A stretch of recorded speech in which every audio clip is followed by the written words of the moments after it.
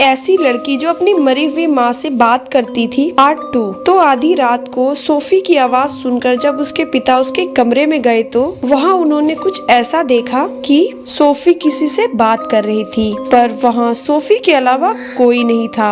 ये देखकर वो काफी डर गए और वापस वो अपने रूम में चले गए। अगले दिन जब सोफी स्कूल से घर आई तो उसके पिता ने उससे पूछा कि बेटा, कल रात तुम किससे बात कर रही थी? तभी सोफी ने उनसे कहा कि मैं माँ से बात कर रही थी। ये सुनकर उसके पिता के पसीने छूट गए और उन्हें लगता है कि सोफी अपनी माँ की मौत को एक्सेप्ट नहीं कर पा रही है और उसने अपनी माँ को अपने दिमाग में बसा लिया है। फिर उसी रात ठीक 3 बजे सोफी को उसकी माँ दिखाई देती है और वो उनसे बातें करने लगती है। सोफी की ऐसी हालत देखकर उसके पिता बहुत ही ज्यादा डर जाते हैं और उन्हें ये समझ नहीं आ रहा था कि सोफी के साथ ये क्या हो रहा है। और अगले ही दिन वो एक विस्ट को बुलाते हैं। जैसे ही वो विस्ट घर के अंदर आते हैं तो फिर वो कई सालों की विद्या से उन्हें ये बताते हैं कि सोफी एक आत्मा से बात करती है, लेकिन वो उसकी माँ की आत्मा नहीं बल्कि शैतान की आत्मा है। सोफी ने उससे बात करना बंद नहीं किया तो कुछ ही दिनों में वो उसकी जान भी ले सकता है। ये सुनकर उसके पिता तुरंत ही अपनी माँ को फोन करते हैं और सोफी को लेकर हमेशा के लिए वहाँ से चले जाते हैं, जहाँ सोफी अपनी दादी से मिलकर बहुत ही खुश होती है और धीरे धीरे सब कुछ ठीक हो जाता है। ऐसे ही हॉरर कंटेंट के लिए मुझे फॉलो कर लें।